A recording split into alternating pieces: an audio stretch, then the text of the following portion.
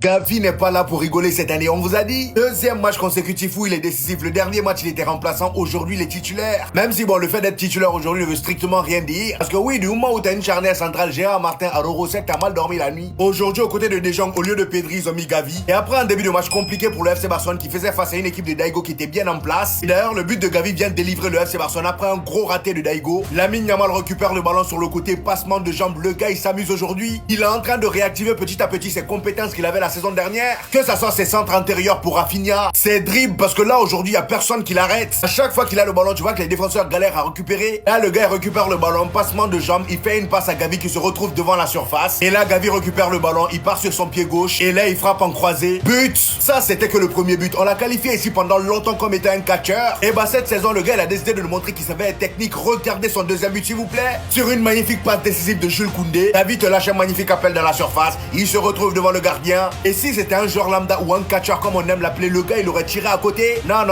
Gavi lui il a lobé. Oui, il a lobé. Il aura son mot à dire cette saison, je vous ai dit. Je sais pas qui est-ce qui va sauter, mais il sera titulaire. Attendez voir. Vous voulez savoir pourquoi Marcus Rashford sourit à la mi-temps? Et pourquoi il est allé vérifier les crampons de Lamine Yamal, qui n'a plus son maillot parce qu'un joueur lui a demandé son maillot à la mi-temps? Asseyez-vous, prenez du popcorn et bloquez les 2 prochaines minutes. Voici la performance de Lamine Yamal en une seule mi-temps. Le fameux numéro 10 qui pèse trop lourd. Ça aurait pu être une passe D. Petit extérieur, simple, c'est trop facile pour lui le football. C'est trop facile. Allez. Bye bye. Oh, allez, feinte. Dommage, la finition elle est pas là. Aujourd'hui il aurait pu. Ce qu'il lui met. Ce qu'il a fait aujourd'hui sur son côté. Oh mon Dieu, allez.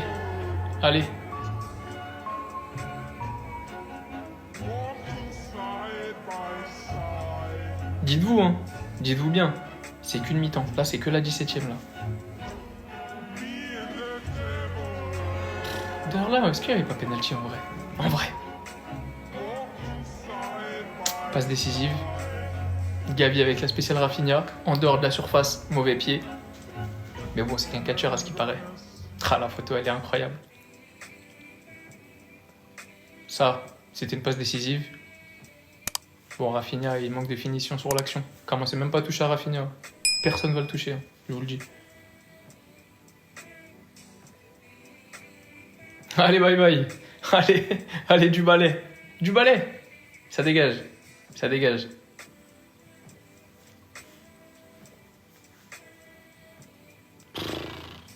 C'est quoi cette puissance qui dégage en fait? Simple. Dans la simplicité. On crée du danger. Regardez bien. On crée du danger. Dommage, hein.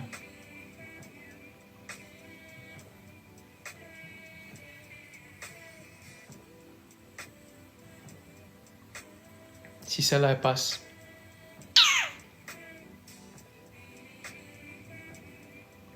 Le contrôle à la Riyad Mahrez. Oh là là. Et dis-donc que là on parle d'un joueur de 18 ans qui n'a même pas encore trouvé sa finition. Je sais pas si vous réalisez.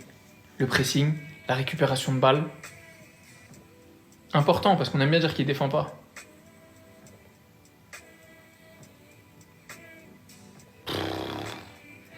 Petite virgule inversée, il fait tout.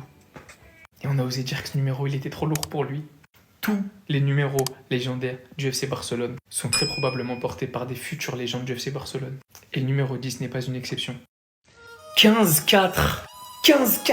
Voilà le score final de cette tournée asiatique. 5-0 aujourd'hui, 7-3 face à Séoul, 3-1 face au Vissel Kobe. Le Barça aura donc marqué 15 buts et encaissé 4 buts. C'est que des matchs amicaux contre des équipes inférieures. Mais qu'est-ce qu'il faut retenir ? Premièrement, qu'aujourd'hui Pau Cubarsí est sorti sur blessure. Visiblement, il serait sorti par précaution, car il aurait une gêne musculaire. On espère bien évidemment que c'est pas trop grave, on lui souhaite le plus rapide rétablissement possible. On retiendra bien évidemment Dro, la petite pépite de 17 ans. On retiendra également que Gérard Martin est peut-être passé de latéral à défenseur central. Et honnêtement, ce changement de poste lui a fait énormément de bien selon moi. On notera que 2 des joueurs les plus critiqués au monde ont fait taire tous leurs détracteurs. Son soi-disant numéro 10 trop lourd, ce soi-disant catcher. Le football. On retiendra 2 choses également.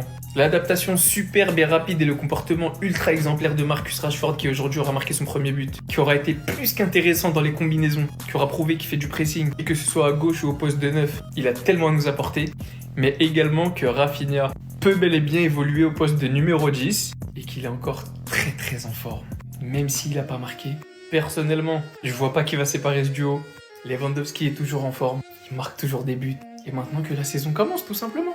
Lamine, c'est trop. C'est vraiment trop le match qu'il a pondu. Salut les fraudes, j'espère que vous allez bien. On se retrouve pour une nouvelle vidéo. Débrief du match entre Daigou et le FC Barcelone. Victoire 5-0 du FC Barcelone. Oui, l'adversité aujourd'hui pour le Barça n'était pas extraordinaire. C'était pas la meilleure équipe du monde. Daigou est dernier de leur championnat. C'est la pire défense et la pire attaque de leur championnat. Ils ont une différence de moins 21 en différence de but. Et la deuxième pire défense, ils ont une différence de but de moins 5. C'est dire l'écart. Ils étaient sur 14 matchs de suite sans victoire. C'est énorme. Ils prennent une moyenne de 3 buts par match. Bref, c'est pas la plus grande des adversités. Maintenant que ça c'est dit, 2 minutes de jeu, 2 face à face pour Daigou.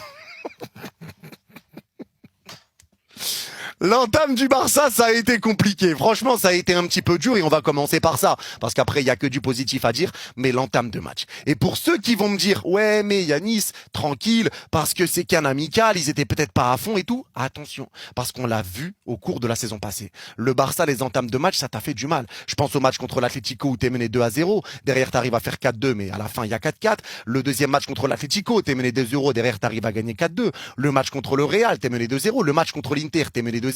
Les entames de match te plombent un petit peu. Donc, il faut faire attention aux entames de match pour le Barça. Parce qu'on le sait, le Barça, c'est pas une équipe qui défend mal. C'est une équipe qui fait tout pour ne pas avoir à défendre. Ils attaquent. Ils essayent de marquer plus que leur adversaire.